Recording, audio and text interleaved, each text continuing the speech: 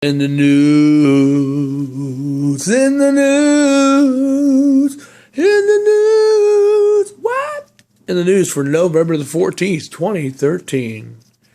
Well, as you may know, they're putting up boxes now that can illegally, the latest government washover, is they're putting up boxes now that can illegally, not legally, but illegally, that means against the law, can take stuff off your phone without a warrant or a subpoena. Now, of course, since this news broke since yesterday, Alex Jones, Drudge, and a number of other resources, including us, they claim that they've turned this technology off through their smart trash cans and their manhole covers, and even little boxes that are put up on telephone poles just made specifically to steal all your data at will, and even through their public Wi-Fi kiosks at libraries and other places, where they can actually just go on your phone and steal all your data, your photos, and contact information, or anything else that they want for that matter. And of course, they say there's cameras in lights, street lights, stop lights, that have microphones on them that can hear up over 300 feet away. So they can pick up things. They claim, oh, these are gunshot detectors. No, they pick up a lot more. Matter of fact, these cameras have been turned in on people's homes, not just here in America, but worldwide, where these spy grids have been put in place.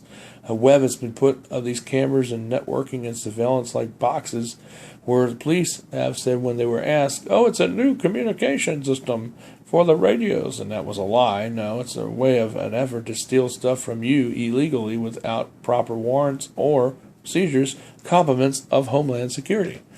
That's the agency, the latest one that they put up. Now, these have been up for more than just a year, but recently they were put up here within the last year or two, but they were been up in other countries for the last decade or so. But we're one of the last countries to get this type of technology. Also, they are heading up a test on the East Coast to turn off the power grid. On the East Coast, I repeat, red alert, to turn off the power grid. They have been doing some tests, though, if you've noticed, in certain counties and areas all around the globe, different states.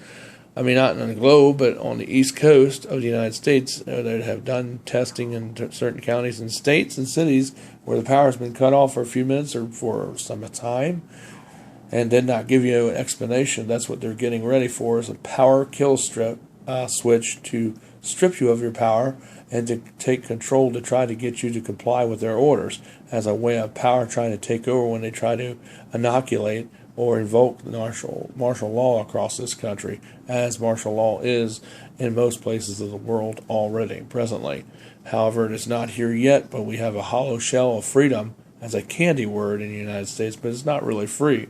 Because by definition, if it were free, we wouldn't have checkpoints on highways and soon coming to your local supermarket or mall this holiday season, and we wouldn't have people groping you at the airports for war or for any other kind of thing that they think exists that really doesn't exist as far as terrorism goes or terrorist is concerned, because they're not going to be in your underwear or in your child's or your genitalia, because nobody that's American is going to do something like that. Now, if somebody comes in from overseas, a Middle Eastern guy or a Muslim guy that represents the Brotherhood, not just a regular Muslim, but one is extremist, they may do that because they were paid by the U.S. government, the bad side of the government, to do so. But other than that, as we always hear all these foil plots in the past, we said, oh, all these people were, they were CIA operatives, but really, who knows? Were they? We don't know. It turns out that Clinton, Obama, Bush Jr., and all these presidents we have in the last 20 years have all been CIA babies, including Obama himself. He was conditioned and raised as a child to become the president of the United States of America. Like he was handpicked, so to speak, and raised to be a U.S. president, and he is a CIA baby. That's why he has diplomatic immunity, because all CIA people have diplomatic immunity. Not because he's from a foreign country or he's an ambassador. They just do that as a benefit of being a CIA operative. So our president has former ties and ties to the CIA. Secondly, also they have banned it. They also have said that the health care would not be would not cost you anything and it would be free. Well, apparently, out of a trove and list of lies that Obama continues to push out like a press, like a serial killer, but instead of a serial killer, he's a serial liar and a rapist of everything that you have. He said that the insurance company would not raise your premiums or cancel your coverage. It actually happened. He said he was not going to sign it into law. He signed the health care into law about within the first 4 years he was elected in office. And he said that you could keep your doctor and keep your insurance because you have a lot of it's being canceled and because they can't keep up with the regulations because of the language of the bill. The care has forced many insurances to close out because that's their plan, is to take out all insurance competition to leave you only with centralized government health care, which you'll pay a lot more for. Not getting any health care, really. You'll have a lot less health care now with the new Obama health care in place. You won't have any health care, but you'll pay 500% or more in costs. Does that really make any sense, people? Because it don't make sense to me. But I don't think we should have to pay 500% or more in cost for premiums so that we can have health care and get raped over the coals and molested by our government's insurance scam, because that's what it's like. We're getting molested by our government on health care because they're trying to do something that they have no business or knowledge of doing. Trying to be a health care liaison when their business isn't in government. I mean, in health care or in housing or in computers or whatever else they got their sleeky hands on, or banking. Their only government's business is to govern, not to worry about what things like this they're doing. And of course, Obama and all these people are scrambling like eggs, like crazy, to try to cover up all these lies that keep trickling out like a sieve in Washington, D.C. And more lies keep coming out as by the hour and by the minute. So, lying and the deceit and deception will still continue if we allow it. And we got to stop this man. We got to get him not just impeached, but arrested if need be. But since he's got immunity, he probably won't get arrested, but he needs to be taken out of office and removed from office any way we can. So that's what we need to do. And of course, viruses and more security risk galore. We told you about the Adobe breach. We told you about the CryptoLocker virus. And of course, there are many more new versions of that coming out, and more other breaches too. We'll let you know more about. Right now, it looks like about 3. I told you I was going to let you know about how many people have been affected by the CryptoLocker virus, where they had to get a whole new system and new computers. The present count is over 20 million people have been affected in the United States. Worldwide, around almost 1 billion. In the Philippines, moving to overseas, the Philippines had a horrible typhoon over there about 3 or 4 days ago.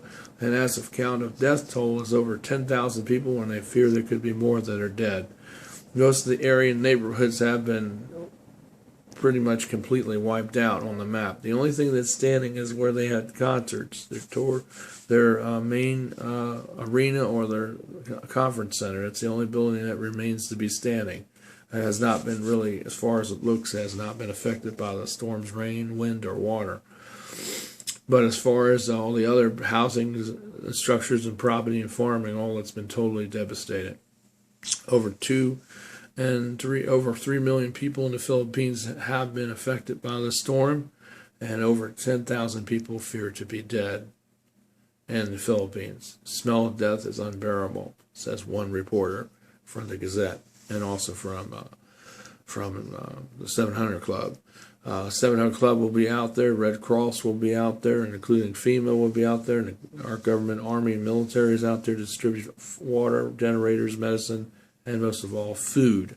There have been raids on trucks that have been out there trying to get the food because these people are hungry, they're starving, and they're thirsty, and they're willing to do anything to get that food. So please bear this in mind when you're over there as an army official. Don't try to be abusive to them, because they are hungry and these people are starving. You've got millions of people that are hungry, don't have a home, don't have any clothes to wear except what they had when they left their homes with the clothes on their back.